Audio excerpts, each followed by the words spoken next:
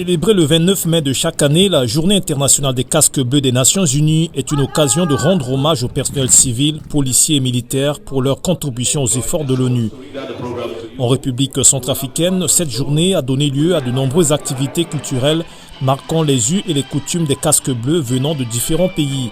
Organisées par l'unité du bien-être du personnel, ces manifestations culturelles ont été marquées par un festival culinaire, des défilés de mode ainsi que des spectacles de danse traditionnelle. Et cette fête tombe très bien parce que ça nous permet justement de présenter nos différentes cultures. Vu que les Nations Unies ont presque tous les pays du monde comme pays contributeurs, je suis vraiment très fière d'appartenir au casque bleu et de pouvoir célébrer cette journée avec les autres pays. Les casques bleus proviennent de plusieurs nationalités à travers le monde et vivent loin de leur famille.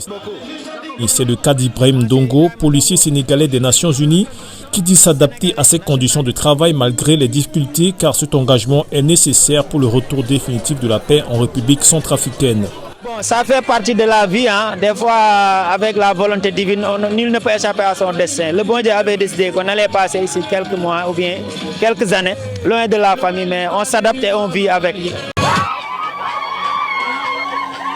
Pour Christine Yam Gangonga, policière camerounaise des Nations Unies, servir sous la bannière des Nations Unies en République centrafricaine représente une mission noble. Ce qui m'a poussé à intégrer la mission, c'était mon désir d'apporter ma pierre dans l'édification de la paix. Parce que la paix est une valeur qui m'est très chère. Et vu que je suis vraiment pour la paix dans le monde entier, lorsqu'on m'a dit qu'il fallait venir en Centrafrique pour contribuer à l'instauration de cette paix, je n'ai pas hésité. Donc mon désir, c'est que dans tout le monde entier, il n'y ait plus de guerre, il y ait la paix. Parce que sans la paix, vraiment, on ne peut pas se développer. L'édition 2022 de la Journée internationale des casques bleus du 29 mai a surtout été l'occasion d'honorer la mémoire de 4200 casques bleus qui ont perdu la vie en servant sous le drapeau des Nations Unies depuis 1948 à travers le monde.